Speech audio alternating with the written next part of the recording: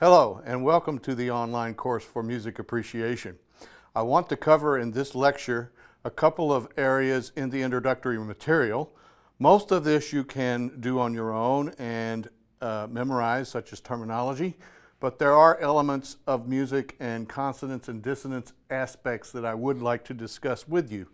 For example, the three elements of music I'm sure everybody knows.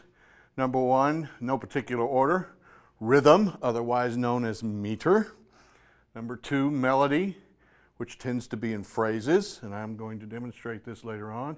And number three, harmony, which gives substance to the whole piece. Talking first about rhythm. Rhythm is basically in two basic areas, either in duple meter, which means two counts to a measure, such as this. Strong, weak, strong, weak, strong, weak. Or triple meter, which is strong, weak, weak, strong, weak, strong, weak, weak. All right? And if I wanted to do something else, you would use combinations of those two basics. For example, a piece in 5/4 would take a group of three and a group of two. 1, 2, 3, 4, 5. 1, 2, 3, 4, 5. So that's how rhythm works. Melodies tend to be in phrases, evenly divided, either in 2, 4, or 8 measures in length. And they are that way for a reason. They are easily used in sections rather than the entire melody in later parts of the work. For example, this little Mozart sonata.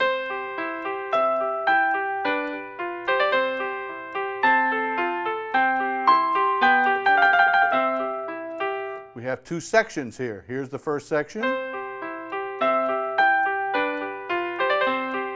And the second section is here.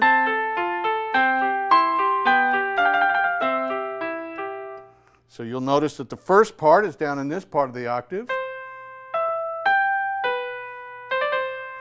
The second part is higher. That's not an accident. That's what we call a balanced and symmetrical melody. We'll learn more about that in the classical era. Number three, harmony.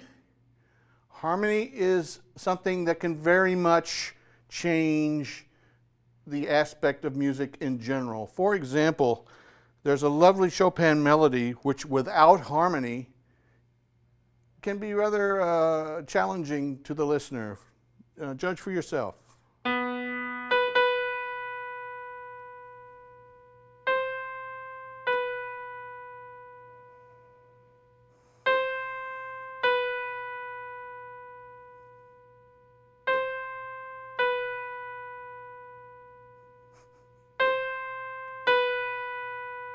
Finally we move.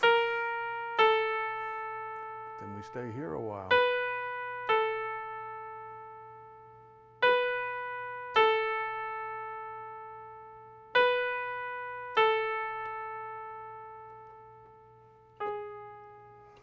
And that's half of the work. Now you think, my goodness, how can that possibly be turned into something that's considered a masterpiece harmonically? Judge for yourself.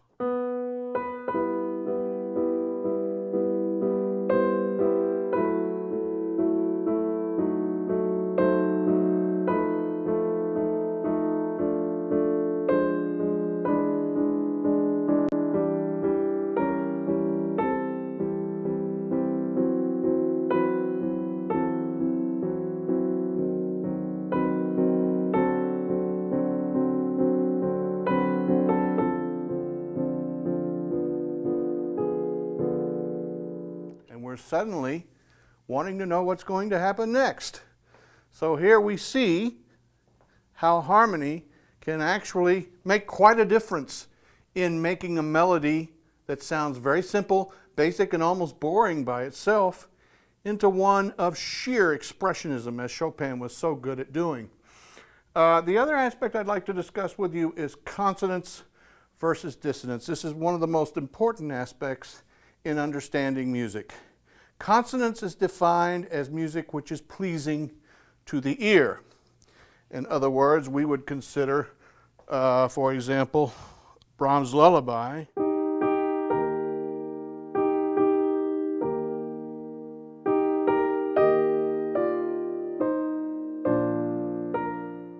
That's pretty consonant. And what happens when all music is consonant? It gets very relaxing, very restful, which is what a lullaby is supposed to do. Now, on the other hand, a symphony of over an hour can't resolve or can't rely on sheer consonants, because it, as you might imagine, would be very restful for the audience. And we need to create some interest, some conflict. And so it has grown in various ways over the centuries. For example, if we hear Mozart,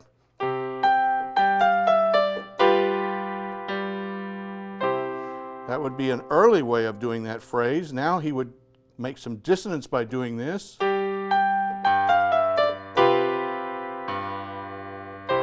If you take this dissonance out of context, it is dissonance, but we're so used to it, it is nothing to us. And you hear it resolve right there. Beethoven, on the other hand, would take something of that nature and make the dissonance be much more dramatic.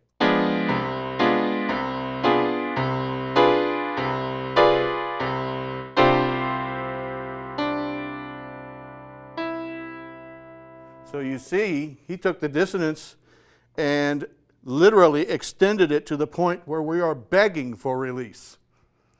So one of the basic concepts of understanding good music is understanding that dissonance in traditional harmony will resolve to consonance.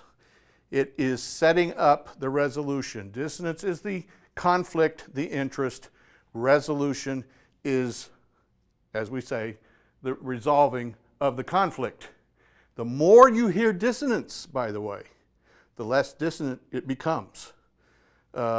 Anytime you hear a work that's dissonant the first time, you may judge it unfairly because it is not something you're used to hearing. But if you hear it enough times, you may change your mind over it.